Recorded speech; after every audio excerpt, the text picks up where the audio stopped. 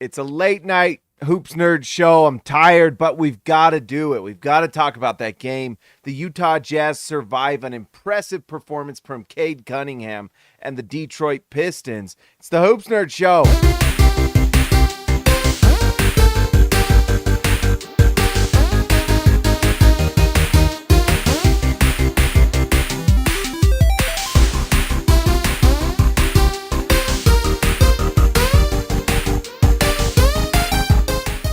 All right, guys, let's see. Oh, we've already got it up. The Utah Jazz get a nice win over the Detroit Pistons, and this one was impressive. You know what? We're not doing the ad read tonight. I forgot about it. I'm tired. I don't care. Uh, Big time game from Bojan Bogdanovic, who comes back to Utah, and also Alec Burks. I mentioned it on Twitter. It's weird to me that there really isn't anyone on this Jazz roster that is connected to Alec Burks while they were in Utah. It's just for Jazz fans to see Alec Burks come back and play really well. Kind of nice to see Alec Burks have a home there in Detroit and then to do what he did tonight to Utah. Pretty impressive stuff from him. Alec Burks, always going to be one of those guys that everyone is going to root for from, just once a Jazz man, always a Jazz man. And then I got to say, this Detroit Pistons team, we all know how much they have struggled. They're not a good team, but they play hard. And they've especially been playing hard these last 2-3 weeks as they've tried to get this win. If you'll remember, they almost beat the Boston Celtics, who are arguably the best team in the NBA.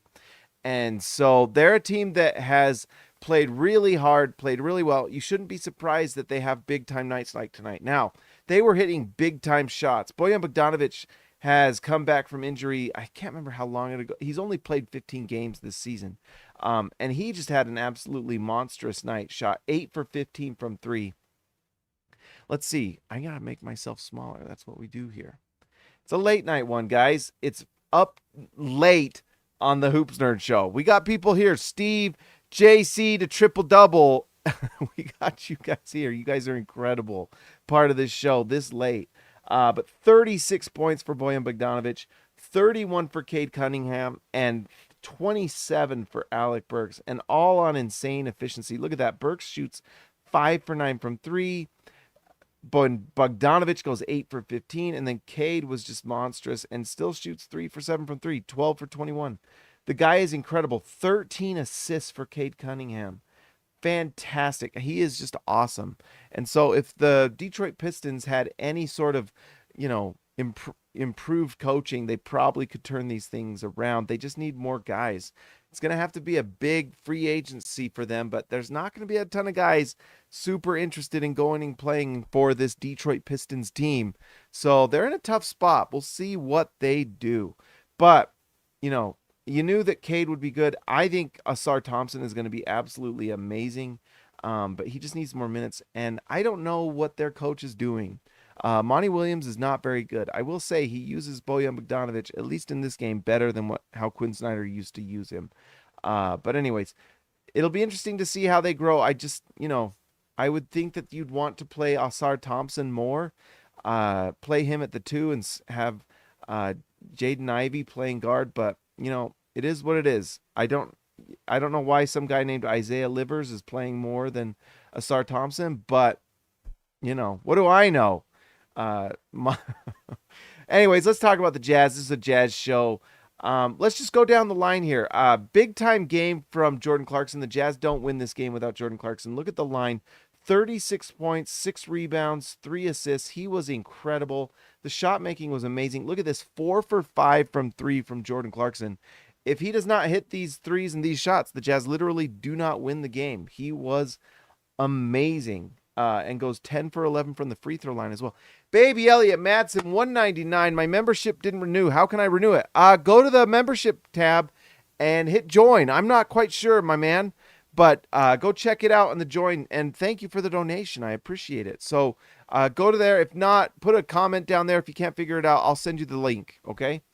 But anyways, Jordan Clarkson was incredible tonight. He obviously hit that big time 3 at the end of the game. It was a crazy sequence where it goes Jordan Clarkson, big time 3, Bojan Bogdanovic, big time 3, Lauri Markkanen, monster three. Alec Burks, miraculous three to end the game. Just incredible ending to this one. Just a fun game. If you were at the stadium tonight, great game to go to. I'm sure not a lot of people expected it. Cheap tickets, great game. Incredible. But we also got to just talk about Lauri Markkanen, who has a nice bounce back game. 31 from Markkanen, 7 rebounds, a block shot, and you know what? He just hits those big time threes, and the three ball was falling again. 4 for 8 from three, 10 for 18 from the field.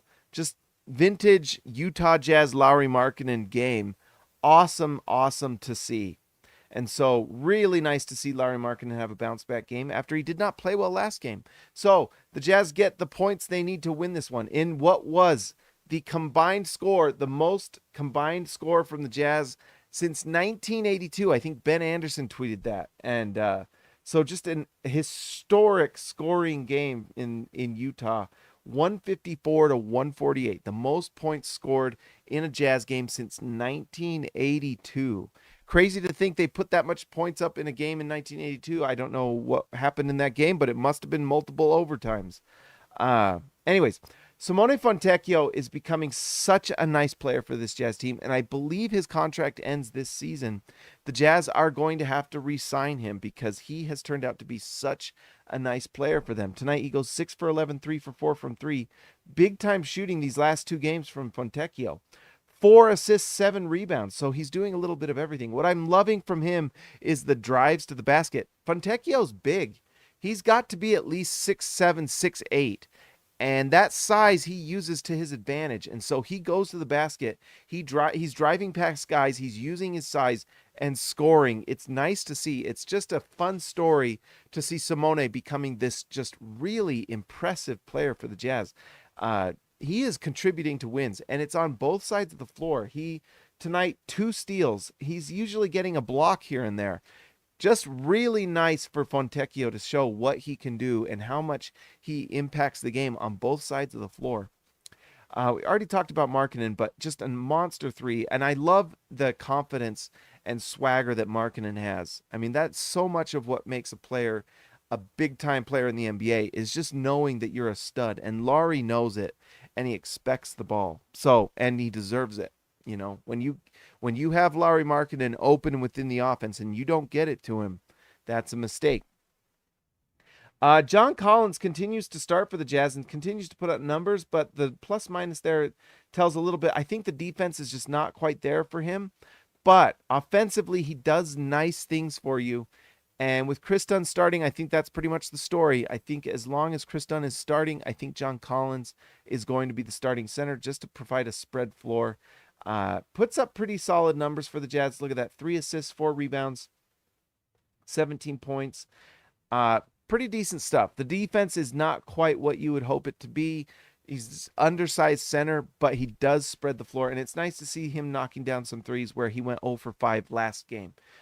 Chris Dunn, just 15 minutes tonight. Probably not the most effective game from Chris Dunn, and just like we've talked about before, if you're not playing super effectively, Will Hardy's not going to play you long term in that game. And so you can see why Chris Dunn plays just 15 minutes. But you know what? He's only a -3, so it's not like it was the worst minutes out there. But the Jazz found better minutes in other ways, and that was riding Jordan Clarkson.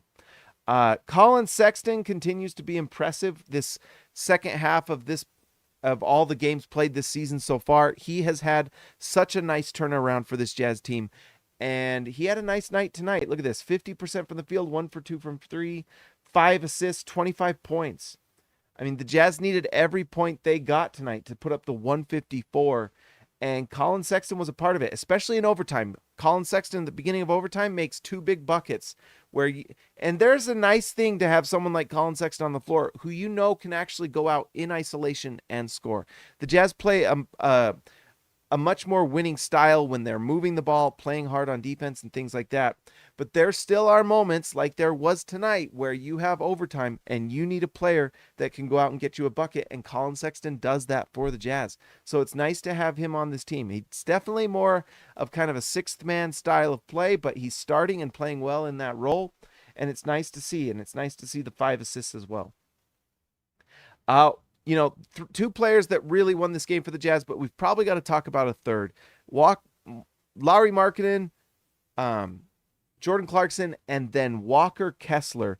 Walker Kessler impacted the game in a huge way. He was the best plus minus in the team, and it comes from the defense. Walker Kessler has just turned the season around. The first 12 games, baby Elliot Madsen is back at All-Star, baby. Welcome back. Welcome back.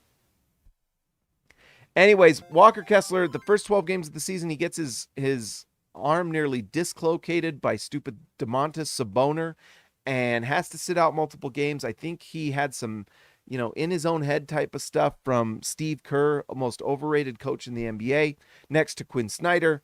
And he comes out and he has figured it out. He is playing better. He is impacting games. To me, what I really liked watching him is just the demeanor.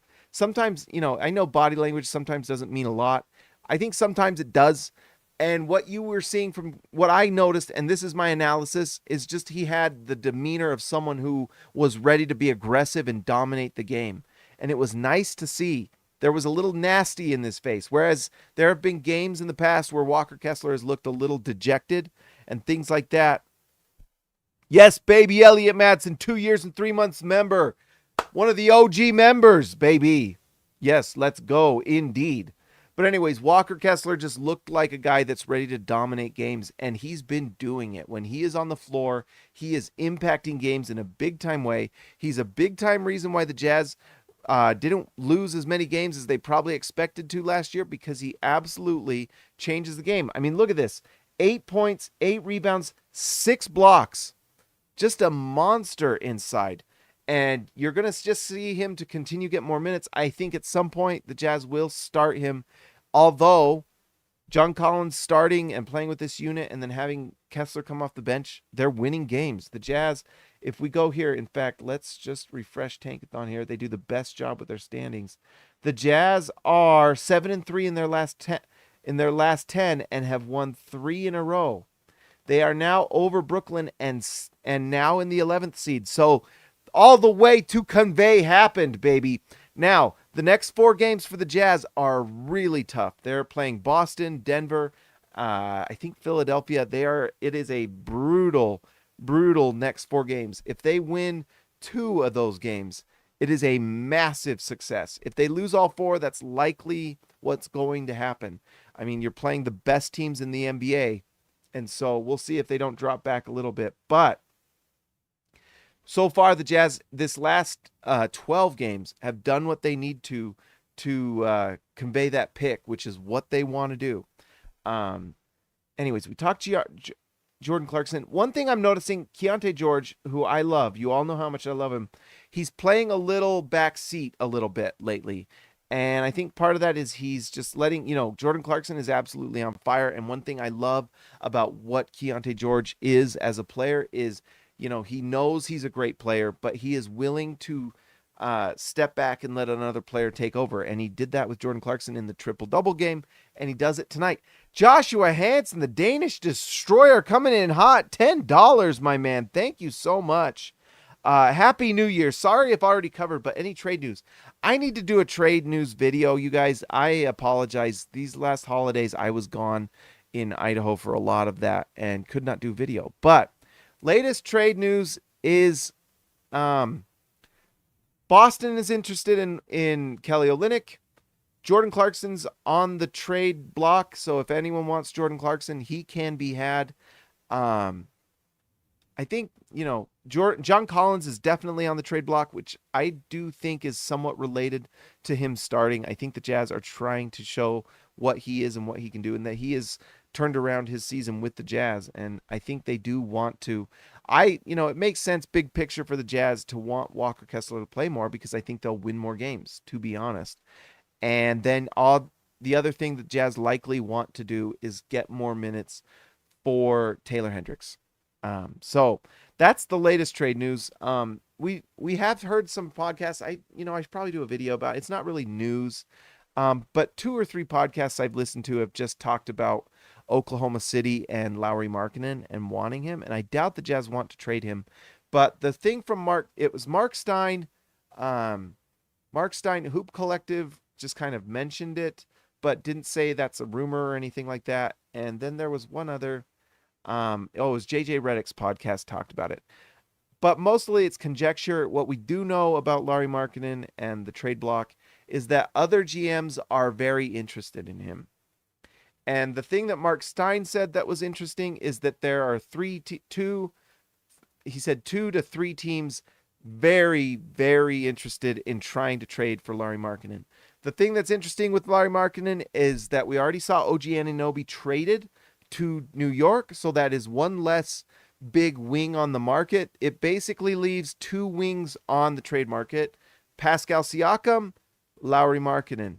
Pascal Siakam has a little bit of leverage because he's a free agent next year, so there's not going to be a lot of teams that want to trade for Pascal if they don't know he will re-sign with them. We know that Lauri Markkanen likes Utah and wants to re-sign in Utah, but if the Jazz trade him, then he might be willing to go somewhere else. But I think the Jazz are probably going to keep Markkanen because, you know what, if they can do a little bit of what OKC did with Shea and just rest Markkanen a little bit next year, I do think the Jazz probably don't want to win a ton of games next year. And if they trade all their vets, Jordan Clarkson helped them win this game.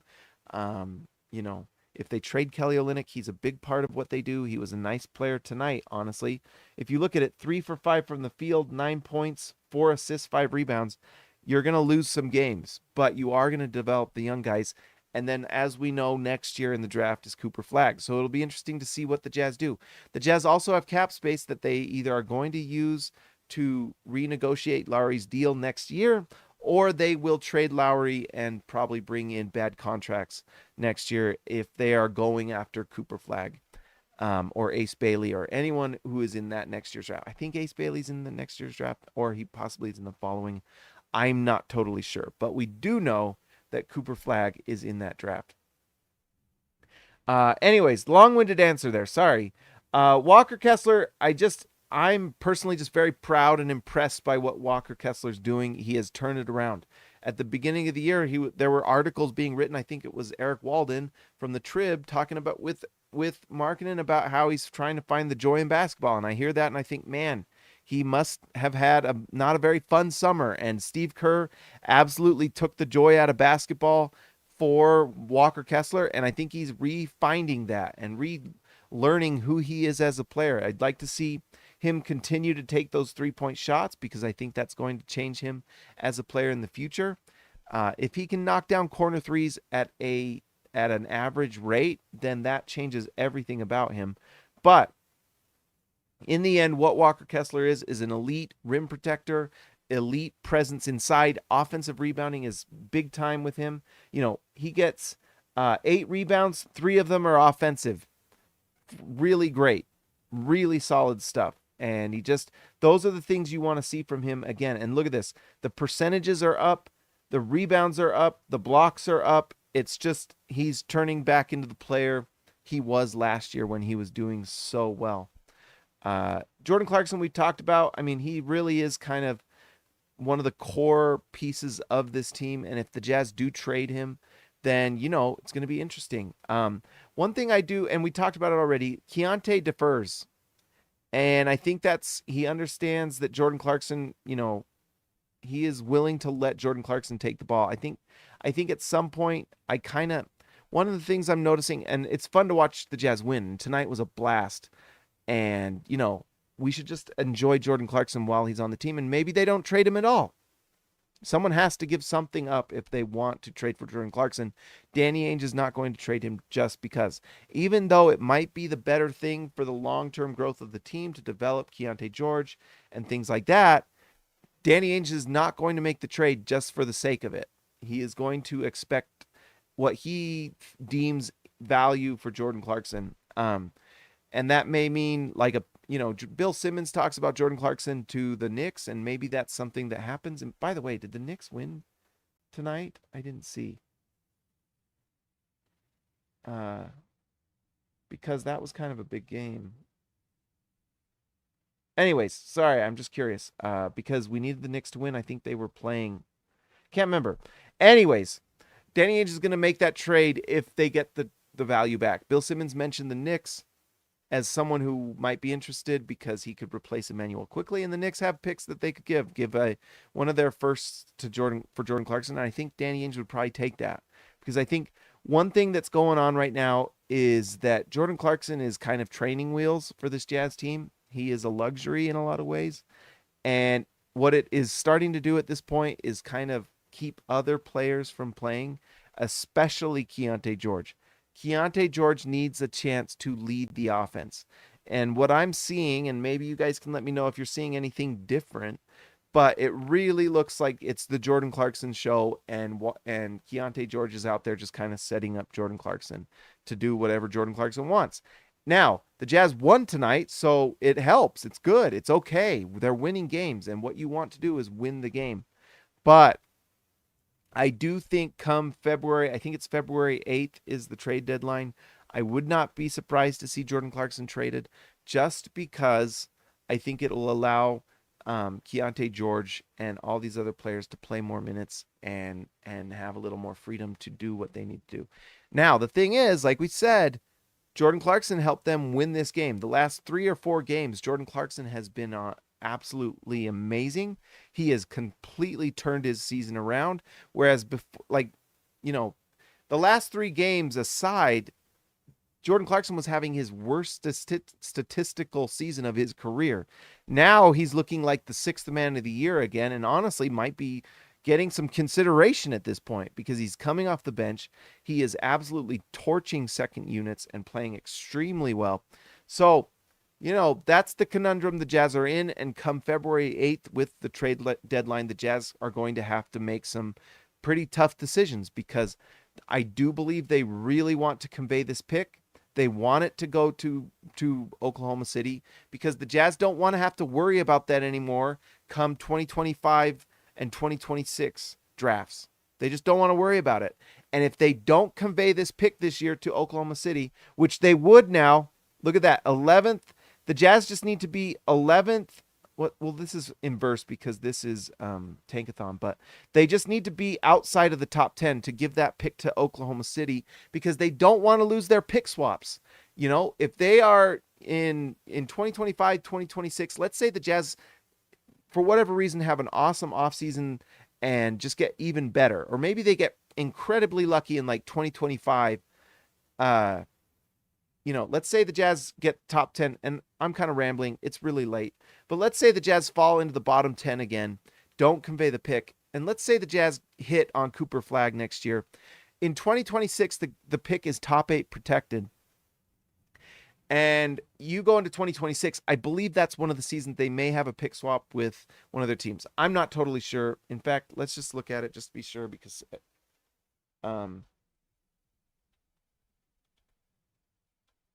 let's look at it. So we will go to Fanspo here. Let's say 2026. Utah will receive the most favorable of its 2026 first round pick protected. So there's these pick swaps going on. If the Jazz are in 2026 and they have not conveyed the pick this year, let's say they get Cooper Flagg and they get a big time free agent of like a nice role player in free agency that fits perfectly with what they do. Taylor Hendricks is incredible, blah, blah, blah. And they're really good in 2026. And so you're excited about your pick swaps. Well, guess what? If you don't have your pick in 2026, you don't get the pick swap. And that's a big problem. What if one of those teams becomes horrible and you miss out on like a top 5 pick from another team, from Cleveland or Minnesota or whatever? I believe they lose that swap. So they really need to convey this pick. It was one of the worst trades ever that no one outside of Utah really knows about. But that trade that Dennis Lindsey did, where he traded Derek Favors and a first round pick to Oklahoma City to remove the contract, one of the worst trades ever made in the last 10 years. Just absolutely horrific trade that the Jazz are still paying for and may be paying for in 2026 if they do not convey the pick this year. Yes, you can get a top 10 pick in this draft, but we talked about this last show. It's not a very good draft. And if you're at like 9 or 10, I can tell you right now, the better players will have gone at the top. And you are, Taylor Hendricks is making 5.5 million this year because he was the number 9 pick. That's 5.5 more million dollars the Jazz are paying if they pick at like number 9. It's exponential up to 10 at the 1. That's more cap space they don't want to use on that, especially when you consider the fact they likely want to renegotiate Lauri Markkanen's contract. So Utah is walking a tightrope this year. I do think that the Jazz, it's based off of Danny Ainge going and scouting Cooper Flagg himself in person. Danny Ainge went to watch Cooper Flagg in Las Vegas for the showcase. I think they're going to go after Cooper Flagg. I think this trade deadline, they are going to trade away. This is just big picture stuff. We talk big picture here. Sorry. I like it. They are probably going to trade everyone they can. Kelly Olynyk, Jordan Clarkson. If someone really wants Colin Sexton, they could probably get him. In fact, I think it's been reported that I think Andy Larson made that report, and I think multiple people have said as well. Colin Sexton can be had if you want him. And basically everyone else outside of Keontae George and Taylor Hendricks, including Lauri Markkanen, if a team is willing to absolutely break the bank. And let's talk about that. Do I think Lauri Markkanen is going to get traded? Probably not. In fact, very likely not. But it's not a 0% chance. And according to that report from Mark Stein, there are teams that are going to try. And the price that has been put out there, this is reported by Jake Fisher, coming from other GMs that have been asking Danny Ainge, by the way. This is from other GMs that have talked to Danny Ainge and Justin Zanuck. The price is 5 first-round picks, or a mix of 5 first-round picks and young players. Believe me, I read that thing with a fine-tooth comb because I wanted to see. And basically, I think that they might be able to get that. I think there might be a team out there willing to do that. And that team is likely Oklahoma City. The reason I think he is actually worth that is because of how he plays. Tonight, who was the big-time star of this game? Jordan Clarkson, but he plays with the ball in his hands. Jordan Clarkson took 20 shots tonight. Lauri Markkanen plays off of him, still gets 18 shots, shoots insane efficiency. And the fact that a team like Oklahoma City, who, by the way, beat Boston recently, and Shea looked like the best guard in the NBA. He looks incredible. It makes someone like Lauri Markkanen that much more valuable that you can go get him. He can come onto your team, and he doesn't need the ball in his hands to dominate a game. So you can have your superstar like Shea is on the Oklahoma City Thunder, or another team who has a heliocentric star like that. You bring in Lauri Markkanen, and he fits like a glove. He fits perfectly. And on top of that, great rebounder, great size, great locker room presence, great guy. And he's going to knock down shots at a crazy rate. Oklahoma City has to be thinking about it. Because if you have Shai Gilgeous-Alexander, you have, who's their rookies? It's his second year, but it's his rookie season technically. What's his name? I can't think. I'm too tired. Chet Holmgren. You have Chet Holmgren. You have Shea. You have Jalen Williams, who looks incredible. You bring in Lauri Markkanen. He can play off of those guys and just be lights out. And it makes their offense darn near untouchable. Like, how do you guard a team like that if you bring in Lauri Markkanen? And so the fact that he could fit in that team perfectly, they could give him a big-time contract as well, bring him in, give him the contract. I think Oklahoma City might try. Now, are they willing to give 5 good first-round picks to Danny Ainge and contracts to match? Because it might be Casey Wallace. I don't think they want to give Casey Wallace. And that is one player that they mentioned on Hoop Collective that I don't think they want to trade. And is Danny going to demand someone like Casey Wallace and 4 picks? I guess we'll see. I don't think the Jazz are probably going to want to take on Josh Giddey. No one knows what's going on with that mess of an investigation and situation. But it'll be interesting to see. So I don't know, guys. Let me know in the comments. What do you think? Who's getting traded? Who's not? Is Lauri Markkanen getting traded? Is he not?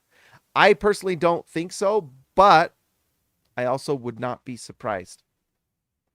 Crazier things have happened. Let's see. Finally, we mentioned Kelly Olynyk in trade talks. He played awesome tonight. And then Ochai Agbaji hit a big-time three. It's the only shot he took, but it was nice to see him take that and make that. 2 assists. I do like Ochai Agbaji just getting more minutes, and, you know, seeing him develop is nice to see. And he's another player that in some ways is being hurt by all these veterans playing. That's really what is going to come down to this Jazz team and what they want to do. Are you going to make a decision on, are we winning games? Are we developing? Can we develop and also convey our pick? It's a tough tightrope this Jazz team has to walk, and maybe they wait to the offseason to make the trades. It's not like you have to, but guess what? If you want assets for Kelly Olynyk, you have to do it at trade deadline because he is a free agent next year. And there are teams out there that are going to be interested in Kelly Olynyk. Now, maybe you can do a sign and trade. That is something you could think about doing. It's very possible, but, you know, it's much harder to do. But Kelly Olynyk, he falls off the books. Simone Fontecchio, the Jazz have to be careful too because, you know, Simone Fontecchio is the type of player like the Miami Heat or Boston Celtics or a team like that, a smart team out there that does their homework, is going to see someone like that and they can say, you know what? He might be worth $8 to $10 million a year to steal him away. You know, I could see the Jazz being very interested in giving him an $8 to $10 million contract and keep him because he's really good. And then, you know, they want to keep Lauri Markkanen. Obviously, you're going to be close to, if not all the way to max money for him. And so all of a sudden, the Jazz are going to be in an interesting situation this offseason that they've got to figure out. And if you don't want to lose these guys for nothing, then you probably have to trade them come trade deadline. So it's going to be fascinating. We're going to cover all the newest rumors as they come out. And you can bet now that we're in the new year, trade deadline's February 8th, which is actually, it's crazy. It's just a little over a month away. Things are going to get interesting. Woj says he thinks all these trades are going to happen on that day. So it may be a crazy trade deadline day for the Utah Jazz. We mentioned Taylor Hendricks. He didn't play. I would like to see Taylor Hendricks play more. And I actually do think once he gets more minutes, he's going to contribute in a nice way for this team just because of what he does defensively. The Jazz could really use it. And it would be fun to see him play next to Walker Kessler and see kind of what that looks like. So really nice to see. Guys, guess what? I'm not going to do the pick tonight because why? The Jazz are conveying the pick, so we got to be happy about that. All the way to convey, baby. All the way to convey the pick. So what that means is it is now time to give a shout out to our All-Stars, and big time shout out to baby Elliot Matson, who has rejoined the All-Stars, and Dirty Jazz Car Wash channel. If you need help, put a link in the comments. I know you were asking about that. I couldn't find your comment before to reply to you, so put a comment. I'll find it, hopefully. Had a lot of comments in the last video, so I'm trying. And that's not me trying to brag. It's just sometimes there's a lot of comments that I have to sift through, and I could not find it. So put it in there. All right, let's give a shout out to the All-Stars. In fact, we have to refresh this because baby Elliot Matson is back.